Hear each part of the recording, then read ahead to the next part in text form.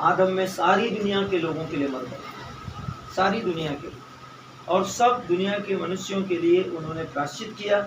और उनके पाप के प्रायश्चित का परिणाम था कि वह अनंत जीवन, जिसे लोग मोक्ष भी कहते हैं, आप यीशु मसीह में विश्वास के द्वारा पा सकते हो। Glory to God.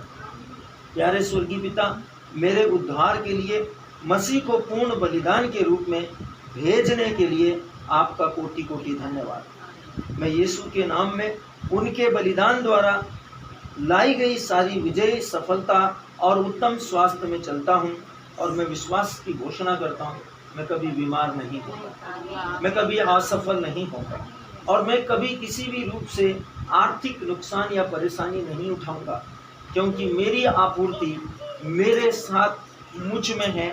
और वचन के अनुसार ये प्रमाणित है कि जो मुझे बल प्रदान करते हैं, मैं उनकी सहायता से सब कुछ कर सकता हूँ। यीशु मसीह ने न केवल ये कहा, बल्कि ये कहा कि जहाँ जहाँ तू जाएगा, परमेश्वर ने अब्राहम में यीशु मसीह की इस आशीष को प्रकट किया, जहाँ जहाँ तू जाएगा तेरा परमेश्वर यहोवा तेरे साथ होगा।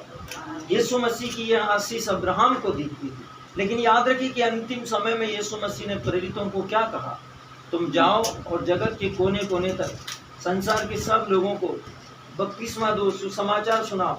जो विश्वास करेगा और पश्चाताप करेगा और बपतिस्मा ग्रहण करेगा, वो उद्धार पाएगा। और यीशु ने यह भी कहा कि याद रखो, जैसे अब्राहम के संग संग में चला, वैसे मैं जगत के अंत तक सदा तुम्हारे साथ हूँ। Glory to God. ये आत्मिक शब्द है, ये यीशु के मुंह के शब्द है। आप कितने भी कमजोर, दुर्बल, अकेले, असहाय क्यों न हो, लेकिन यीशु आपके साथ, आपकी कोई विरोध नहीं कर सकता, आपका कोई बाल भी बांका नहीं कर सकता। आपके विरुद्ध शैतान की शक्ति या पूरा देश इकट्ठा हो जाए, लेकिन वो आप पर जय नहीं पा सकते, क्योंकि सफलता आप है।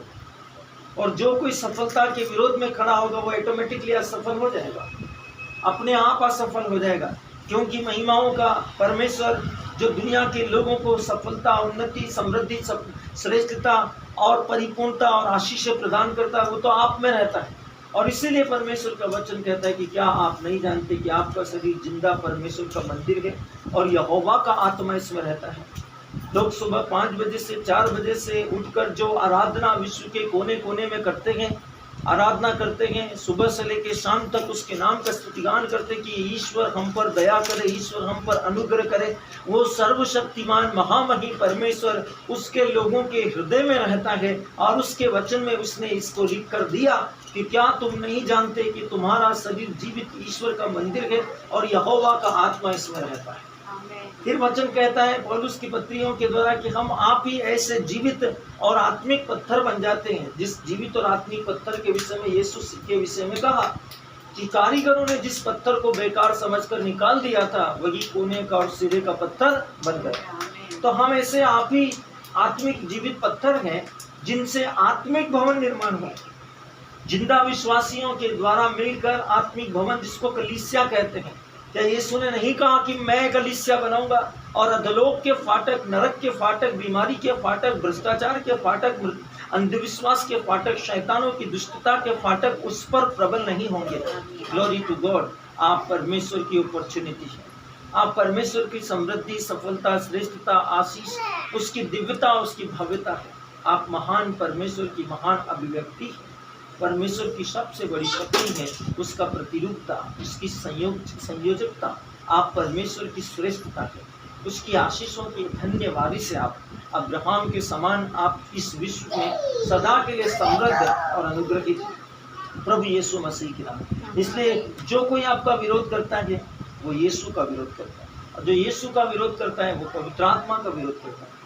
जो पवित्र आत्मा का विरोध करता है, वो पवित्र आत्मा के भेजने वाले अर्थात जीवित परमेश्वर के, जीवित सर्वशक्तिमान पिता, पुत्र और पवित्र आत्मा, परमेश्वर त्रिएक ईश्वर और उसकी व्यक्तिगत आत्मा का विरोध करता है। Glory to God.